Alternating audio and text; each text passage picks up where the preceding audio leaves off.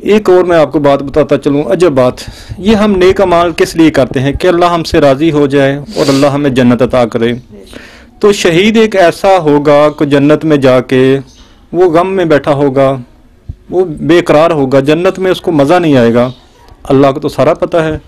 اللہ تعالیٰ شہید سے پوچھیں گے میرے بندے اور کیا چاہیے آپ کو؟ جنت تو میں نے دے دی جس کا وعدہ کیا تھا، تو یہ بے قرار کیوں ہو، غمگین کیوں ہو؟ تو شہید کہے گا یا اللہ جو مزہ مجھے شہادت کے وقت آیا تھا اس کے مقابلے میں آپ کی جنت پھیکی ہے، مجھے جنت میں مزہ نہیں آ رہا، تو میں دنیا میں واپس جانا چاہتا ہوں اور آپ کے راستے میں آپ کے حکم کے مطابق پھر شہید ہونا چاہتا ہوں۔ تو یہ لذت ہے، شہادت کی لذت ہے اللہ نے رکھی ہے کہ اس کے مقابلے میں جنت کی لذت کم ہے، جنت میں اتنی لذت نہیں ہے جتنی اللہ نے شہادت کے لیے رکھی ہے۔ تو اس لیے ہر مسلمان مومن مرد اور عورت کی خواہش ہوتی ہے کہ اللہ ہمیں شہادت کی موت عطا کرے، جیسے کہ آپ کے اور میرے نبی کریم صلی اللہ علیہ وسلم نے 3 دفعہ شہادت کی خواہش کی کہ میں اللہ کے راستے میں لڑتا ہوا شہید ہو جاؤں، پھر زندہ کیا جاؤں، پھر شہید ہو جاؤں۔ میرے اور آپ کے نبی مہربان نے 3 دفعہ اس خواہش کا اظہار کیا۔ اچھا، جب آپ کو اطلاع ملی تو اس وقت آپ کے دل پر کیا گزری، کیا جذبات تھے؟ جیسا کہ ایک مرد مسلمان والد کے ہوتے ہیں، خوش ہوئے، غمگین ہوئے؟ میں اللہ تعالیٰ کا آرزو ہو گیا کہ مینوں اتنی عزت بڑھو نا، مطلب اتنی عزت دی ہے بس۔